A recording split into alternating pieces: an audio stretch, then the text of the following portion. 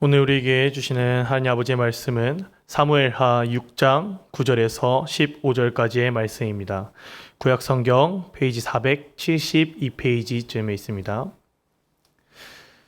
구약성경 사무엘하 6장 9절에서 15절까지의 말씀입니다. 다 찾으신 줄로 알고 저와 여러분들이 한 절씩 교독하면서 읽으시고 마지막 절은 합독하시겠습니다.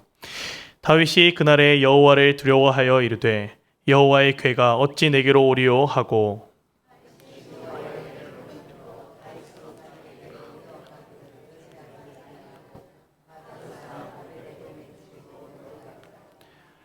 여호와의 궤가 가드 사람 오베데돔의 집에 석 달을 있었는데 여호와께서 오베데돔과 그의 온 집에 복을 주시니라.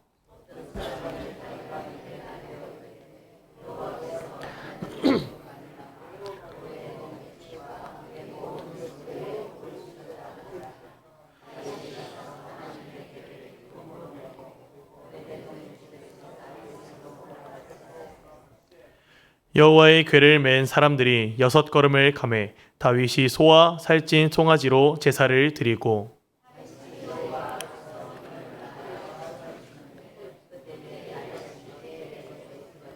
함께 읽겠습니다.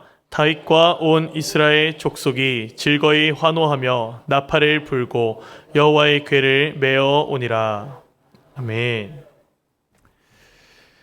무더운 날씨 가운데서도 예배 자리를 지키시기 위해 이 자리까지 나오신 모든 성도 여러분들을 진심으로 환영하고 또 축복합니다.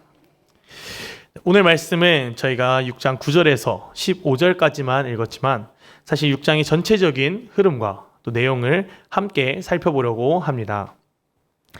본 6장은 다윗이 예루살렘 성을 도읍으로 새로 정한 뒤에 일어난 상황과 그때의 기록입니다. 블레셋과의 전쟁도 이기고 그렇게 다윗의 왕권이 잘 자리 잡아가던 그 와중에 다윗의 마음에 한 가지 걸리는 것이 있었습니다. 그것은 바로 여호와의 법궤, 하나님의 궤를 도읍인 예루살렘 성으로 옮기지 못했다는 것이었습니다. 그래서 다윗은 3만 명이라는 백성들, 3만 명이라는 수많은 사람들을 모아 그 법궤를 옮기고자 했습니다. 마치 우리가 정말 기뻐하고 축하하고 즐거워해야 할 일이 있다면 사람을 많이 모으는 것과 같이 다윗은 그렇게 사람을 모았습니다. 우리가 결혼식에도 사람을 초청하고 또 어떤 잔치가 있으면 그것이 돌잔치든 혹은 환갑잔치든 간에 잔치에 기뻐할 사람들을 함께 초청하여 기뻐하듯이 다윗은 큰 무리와 함께 행렬을 이루며 하나님의 궤가 있었던 아비나답의 그 집에 가 그것을 운반하기 시작했습니다. 그런데 다윗이 하나님의 궤를 옮길 때에 3절을 살펴보시면 새 수레에 싣고 웃사와 아효가 그 수레를 몰았다라고 기록되어 있습니다. 그러나 하나님의 궤를 운반하는 것은 아무에게나 허락된 것이 아니었습니다. 그렇다면 누구에게만 허락되어 있다고 하나님께서 말씀하셨습니까? 신명기 말씀을 함께 살펴보시겠습니다. 10장 8절을 보시면 이렇게 기록되어 있습니다. 그때 여호와께서 레위 지파를 구별하여 여호와의 언약궤를 매게 하며 여호와 앞에 서서 그를 섬기며 또 여호와의 이름으로 축복하게 하셨으니 그 일은 오늘까지 이르느니라. 그리고 또 31장 9절과 25절의 말씀을 또 살펴보겠습니다. 여기서 또 이렇게 고백합니다. 또 모세가 이 율법을 써서 여호와의 언약궤를 매는 레위 자손 제사장들과 이스라엘 모든 장로에게 주고 또 25절에 모세가 여호와의 언약궤를 매는 레위 사람에게 명령하여 이르되 라고 기록되어 있습니다. 이미 기록된 말씀들을 살펴보시면 언약궤를 매는 것은 오직 레위 지파 사람들에게만 허락되어 있다고 말씀하고 있습니다. 그렇다면 그 사람들에게 허락된 여호와의 언약궤를 옮기는 방법 또한 하나님께서는 이미 말씀해 주셨습니다. 출애굽기 25장을 살펴보시면 그 방법이 기록되어 있습니다. 출애굽기 25장의 14, 15절 말씀을 살펴보시면 그 채를 궤의 양쪽 고리에 꿰어서 궤를 매게 하며 채를 궤의 고리에 꿰는 대로 두고 빼내지 말지며 라고 이야기합니다. 언약궤의 양 끝에 그 상자의 끝에 고리를 꿰어서 그것을 어깨에 메고 가는 것이 궤를 옮기는 방법이었습니다. 하나님께서는 궤를 옮기는 방법까지도 이미 말씀을 해주셨습니다. 그러나 다윗은 3절을 살펴보시면 새 수레에 여호와 하나님의 궤를 싣고 움직였다라고 나오고 있습니다. 이 모습은 사무엘상 6장 7절 말씀을 살펴보시면 이걸 옮기기 전에 여호와의 궤가 블레셋 군대에게 빼앗겼을 때 그들의 대적인 그 블레셋이 궤를 옮기던 그 모습에서 이렇게 이야기합니다. 그러므로 새 수레를 하나 만들고 멍에를 메어 보지 아니한 젖나는 소 2마리를 끌어다가 소의 수레를 메우고 그 송아지들은 떼어 집으로 돌려보내고 라고 기록이 됩니다. 다윗은 지금 하나님의 궤를 옮기는데 자기의 대적인 블레셋 군사들이 했던 것과 똑같은 방식으로 하나님의 궤를 옮기려 하고 있는 것입니다. 다윗이 지금 하나님의 궤를 옮기려 하는 이 과정 중에 하나님의 말씀대로 한 것이 무엇이 있습니까? 지금까지는 하나도 없습니다. 하지만 다윗의 의도는 어떠했습니까? 다윗이 하나님의 궤를 예루살렘 성으로 가지고 오려 한 것은 그 안에는 하나님을 사랑하는 마음도 있었을 것입니다. 또한 하나님의 궤가 도읍인 예루살렘 성에 없는 것이 마음이 아프고 불편하여서 하나님의 궤를 옮기려 했을 것입니다. 그렇게 다윗의 의도는 선했을지 몰라도 그 방식은 결코 하나님의 방식이 아닌 자기의 방식대로, 자기의 마음대로 행했던 것입니다. 사랑하는 성도 여러분, 우리도 그럴 때가 있지 않습니까? 한 아들이 큰 수술을 받고 병원에 입원을 했다고 합니다. 그런데 그 아들의 수술은 잘 맞춰졌고 아들이 이제 병원 입원실에 누워서 회복되길 기다리고 있었습니다. 환자의 아들의 아버지가 간병을 하려고 하는데 의사 선생님이 아버지에게 와서 이렇게 얘기합니다. 수술 회복이 다 되기 전까지 절대로 아무것도 먹어선 안 됩니다. 최소한 3일 동안은 절대 음식물을 섭취하지 마십시오. 라고 단단히 일러뒀습니다. 그런데 이틀째가 되던 날 이 아들이 배가 너무 고파서 아버지에게 아버지 제발 아버지 옆에 있는 빵 한 조각만 주십시오 라고 간청했습니다. 아버지께서는 절대로 안 된다. 의사 선생님이 먹지 말라고 하지 않았느냐라고 했지만 아들이 너무나도 간곡하게 부탁을 하고 너무나도 배고파하는 모습에 결국 마음이 아파 빵을 한 입 먹게 해주었습니다. 그런데 그 결과 아들의 수술 부위는 상하게 되었고 아들의 수술의 경과는 악화되었고 결국 재수술을 해야 되는 상황에 놓이게 됩니다. 이 아버지가 아들을 해치기 위해 아들을 고통스럽게 하기 위해 빵을 한 조각 주었을까요? 네, 그렇지 않습니다. 아버지는 아들을 사랑했습니다. 어쩌면 너무도 사랑했기 때문에 아들이 배고파하는 모습이 마음 아팠고 안타까워서 좋은 마음으로 행동했을 것입니다. 그렇지만 결과적으로 봤을 때는 환자를 가장 잘 아는 의사의 말을 따랐어야 하는 아버지는 의사의 말을 따르지 않고 자기 마음대로 했기 때문에 사랑하는 아들이 더 고통을 당하게 되는 상황에 놓이게 된 것입니다. 다음으로 이번에는 저희가 함께 차를 타고 여행을 한다라고 상상을 해보시기 바랍니다. 어떤 목적지를 향해 가는데 처음 가는 곳입니다. 처음 가는 곳이어서 내비게이션에 목적지를 찍고 나아가고 있습니다. 그런데 가다 보니 내비게이션은 좌회전을 하라고 하는데 뒤에 앉은 사람들이 아니다. 좌회전보다는 직진이 더 빠를 것 같다 라고 이야기합니다. 근데 좌회전을 하라고 내비게이션에선 계속 이야기하고 있습니다. 그렇지만 뒷사람들이 직진을 하고 나중에 좌회전을 하면 될 것이다 라고 이야기하여 그 말대로 그리고 나도 그것에 동의하여 직진을 했습니다. 그랬더니 직진을 해보니까 그 가는 길에 이미 지나간 좌회전 길을 지나가니 다른 길들에는 좌회전이 다 금지된 좌회전이 안 되는 길들 뿐이었습니다. 그래서 저 멀리까지 뺑뺑 돌면서 목적지를 향해 가게 됩니다. 어쩌면 실제로 많은 분들이 이런 상황을 운전하다가 겪어봤으리라 생각이 됩니다. 내가 아는 이 길이 더 빨라 하면서 가보니까 그 길에 사고가 나게 되고 그 길에 이미 큰 사고가 나서 정체가 되어 있고 그 길이 막히게 된 오히려 내가 알던 그 길이 확신한 그 길이 더 막히고 오히려 시간을 낭비하고 더 오래 걸리게 되는 그런 일들을 겪어보신 적이 다들 있을 것 같습니다. 내비게이션도 또 운전을 하는 나도 운전자도 모두 같은 목적지를 향해서 나아갑니다. 그러나 내 마음대로 내가 내 마음대로 내가 옳다고 하는 그 길로 나아갔을 때 잘못된 방향으로 나아간 그것이 문제가 된다는 것을 우리는 실생활에서도 알 수가 있습니다. 또한 교회 안에서도 많은 그리스도인들이 이렇게 이야기합니다. 내가 기도는 비록 많이 안 했을지라도 열심으로 임했어. 그리고 옳은 방법으로 이전에 했을 때 정확했던 그 방법으로 했으니까 하나님께서 이해하시고 도와주실 거야.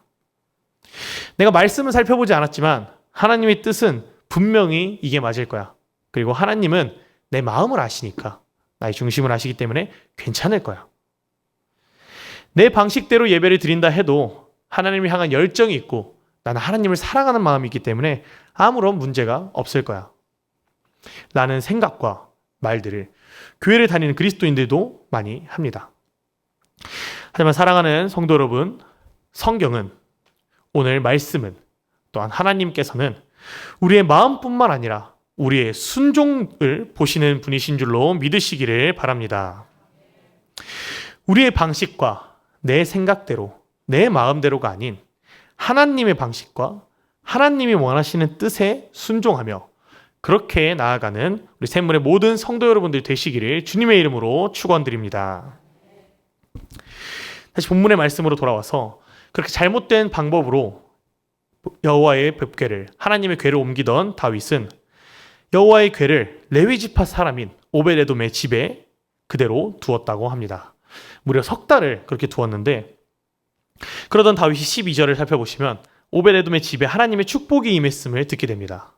그것을 듣자 다윗은 하나님의 진노가 그쳤구나, 하나님의 진노가 그쳤구나라는 것을 확신하여서 다시 여호와의 궤를 가져오려고 오벳에돔의 집으로 나아갑니다.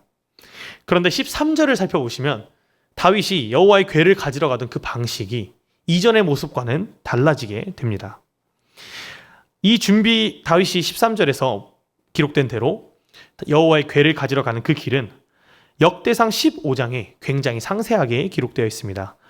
역대상 15장의 2절을 우리가 함께 읽어보도록 하겠습니다. 시작!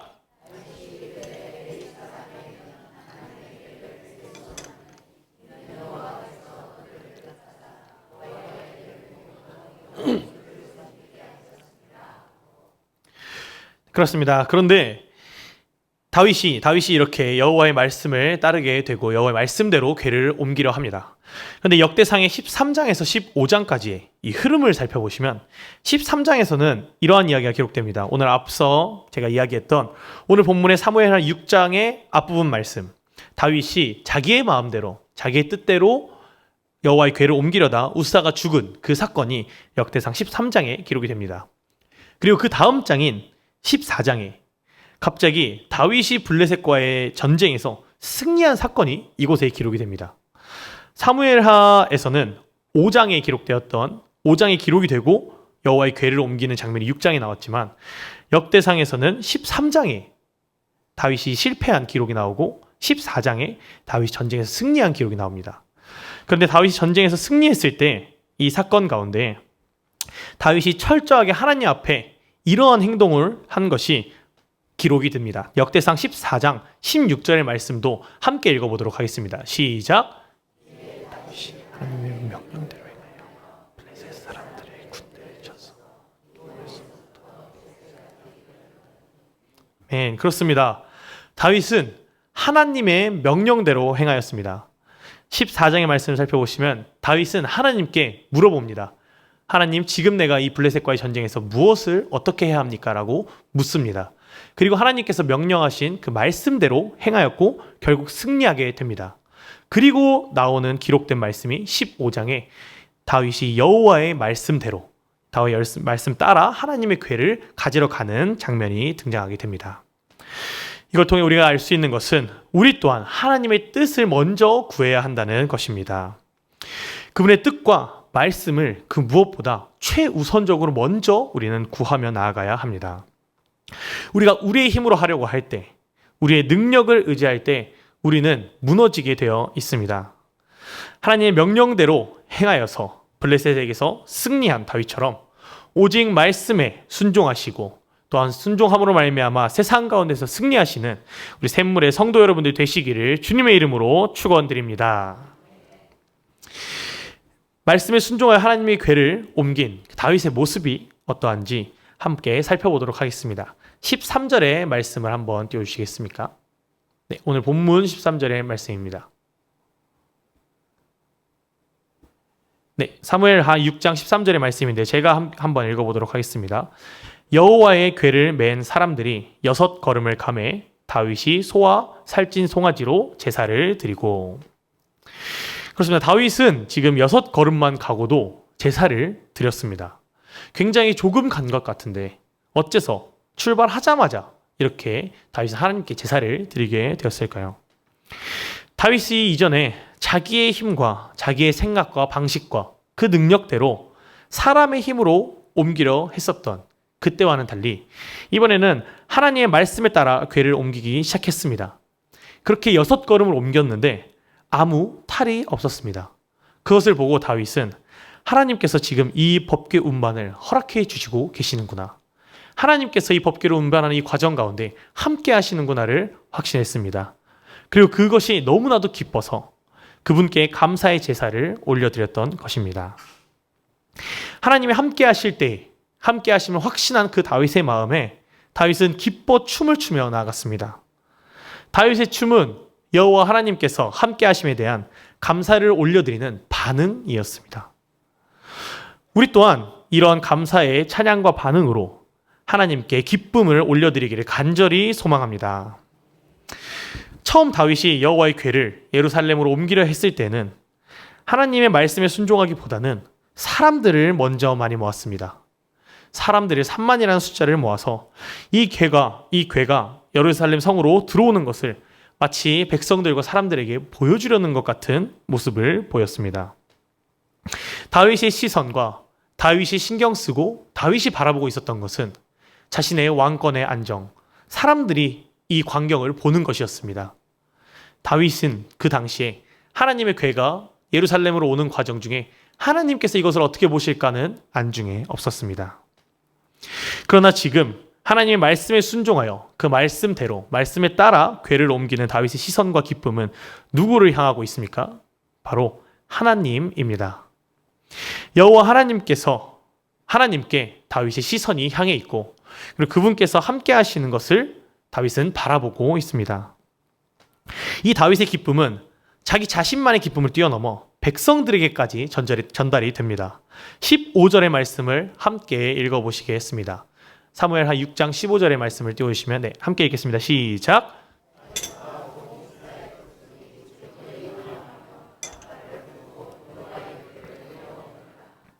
아멘. 그렇습니다.